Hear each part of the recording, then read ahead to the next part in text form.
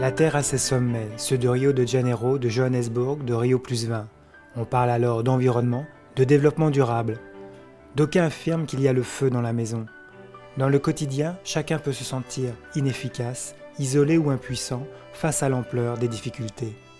Pourtant, sur le terrain, des actions innombrables prouvent que d'autres pistes existent pour un développement équilibré et plus respectueux de l'environnement. Dans les quartiers populaires, des régies de quartiers et de territoires mettent en place des pratiques très concrètes liées au développement durable et à l'économie solidaire.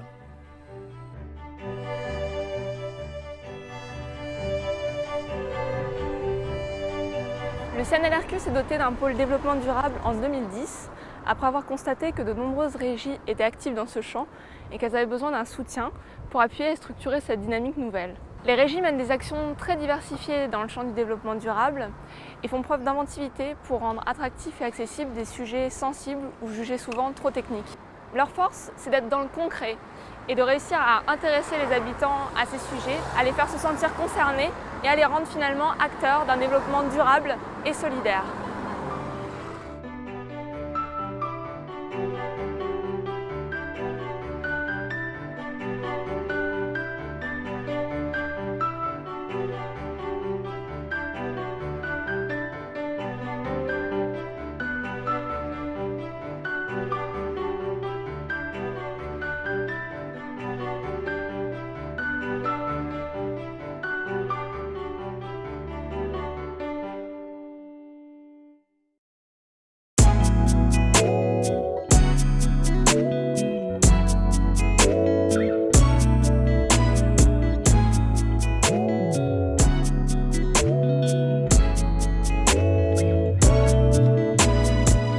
Les jardins potagers ont toujours existé, mais les villes, dans leur expansion, leur ont laissé peu de place.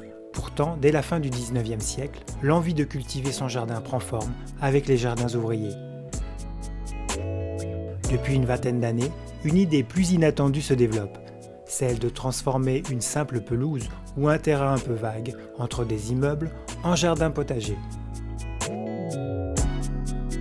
Un certain nombre de régies a mis en place au cœur de quartiers des parcelles de terrain, des jardins collectifs, des jardins pédagogiques. Se nourrir. Les régies se saisissent de cette nécessité incontournable pour en faire un point crucial de leur vision du développement durable, du mieux vivre ensemble. Les jardins en pied d'immeuble sont créés par rapport à la demande des habitants. Du coup, quand assez de jardiniers, habitants jardiniers sont motivés à créer le jardin, ils lancent le projet et ils mettent ça en place. Le fait que les jardins soient en pied d'immeuble est totalement différent avec le fonctionnement des jardins familiaux, pour la bonne raison que les gens ont un regard permanent sur leur parcelle et peuvent y venir plus fréquemment. Je mange les fleurs, oui, en salade. Je prends les pétales, je mélange un peu dans mes salades et puis ça donne des bons goûts. Vous habitez ici dans ce... Non, l'immeuble là-bas, qui est derrière voilà, là, le petit carré là, et l'autre là-bas. Et ça fait combien de temps que vous utilisez Ça fait 2 ans, depuis 2010. Et est-ce que c'est devenu maintenant quelque chose vraiment d'essentiel Vital. pour vous?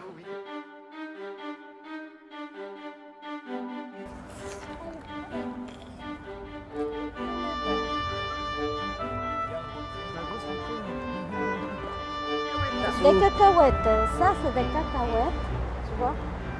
Ça aussi, tu vois. D'accord. Vous les avez achetées où? Chez les Chinois. C'est quelque chose de très magique, toucher la terre. Ça c'est une des contractantes pour la personne qui a des douleurs, qui se sent tout seul.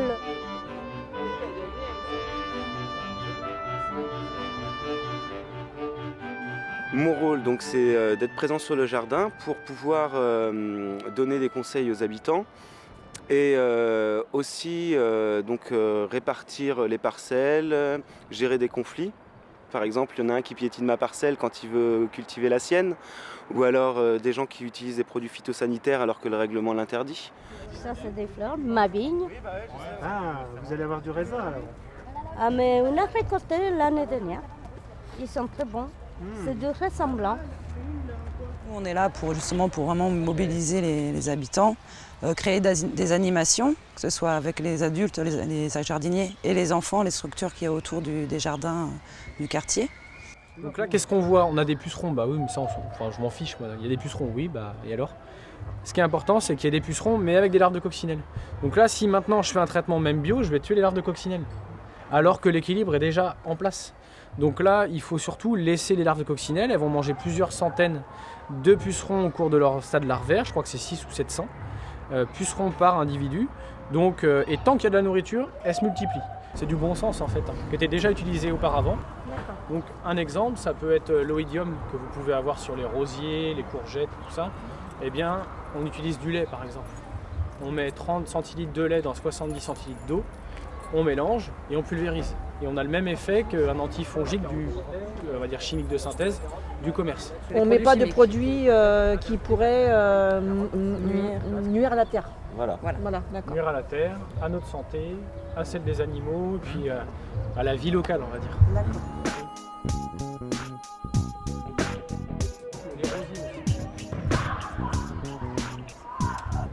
Et elles sont meilleures les fraises ici ou c'est meilleur quand c'est acheté au magasin? C'est meilleur ici. Ce qui est bien, c'est avec ceux qui ont leur petit jardin. On se donne des conseils, chacun arrose son jardin, enfin arrose les jardins des autres. On partage là pour les jardiniers, pour tout le monde. Parce que c'est vrai, si l'habitant en face, je lui montre le geste ou je lui explique et il n'écoute pas, il n'est pas là ou il n'est pas intéressé, ça ne sert à rien. Et pour cela, en fait, j'utilise des méthodes, en fait, bien sûr, pour qu'ils soient intéressants, parfois à l'intermédiaire des jeux, parfois à l'intermédiaire d'une soirée ou de musique. En fait, il faut vraiment trouver la méthode pour que la personne en face soit intéressée. En tout cas, pour moi, chef de projet, le jardin en pied d'immeuble, c'est un outil important, efficace en termes de lien social, de renforcement du lien social. Du coup, après, sur des questions liées au développement durable, forcément, ça participe de cette question-là. Un jardin, c'est l'essence même d'une action qui vise à améliorer le cadre de vie. Parce qu'à partir du moment où les habitants s'approprient une parcelle, l'utilisent, le cultivent, mènent des actions, c'est qu'ils deviennent acteurs de leur espace, de leur lieu de vie et par définition ont un autre regard de leur environnement.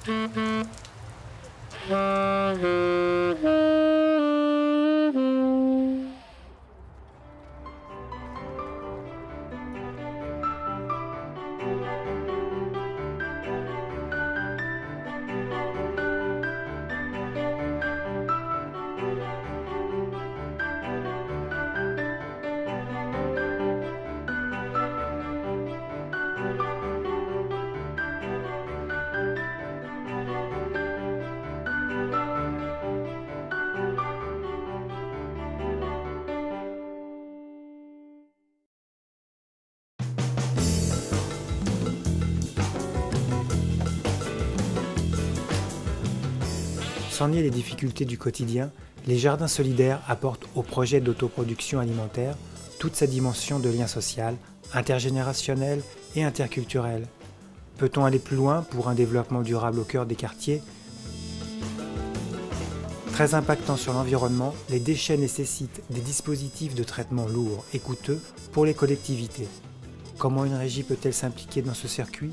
Certainement en inversant la notion même de déchets pour en faire une source de recréation.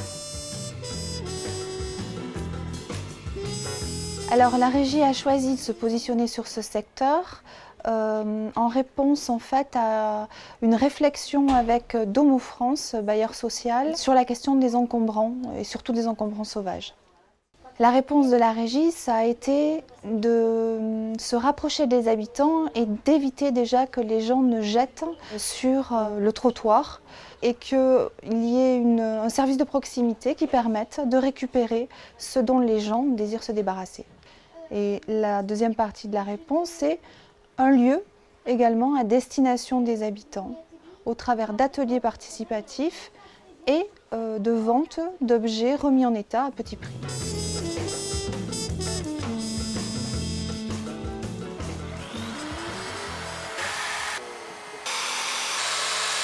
Non, je ne suis pas la reine du ponçage, je suis la reine du détournement.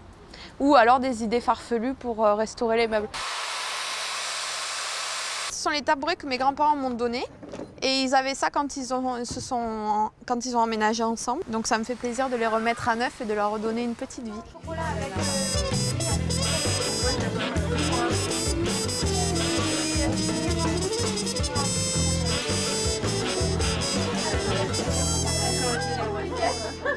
Mon fils va à l'école qui est juste à côté et un matin, il y a une maman qui me dit « Mais tu viens, je vais à la ressourcerie au magasin, je vais voir s'ils ont reçu des objets. » J'ai dit « La ressourcerie, le magasin, mais qu'est-ce que c'est ?» Et alors elle me dit « C'est un endroit où on se retrouve, on boit le café et où on peut rencontrer d'autres personnes et acheter des objets de récup à des prix intéressants. » Alors de suite, je me suis dit « Ah bon ?» Donc quand je suis arrivée, c'était un vendredi matin, on m'a offert le café et je voyais les autres en train de tripoter de la peinture, de frotter leurs objets, de nettoyer. Et puis j'étais là, ah super, il y a un atelier. Et on m'a dit qu'on pouvait y participer en tant qu'habitant. Et du coup, maintenant, tous les samedis matins, je suis là. Voilà.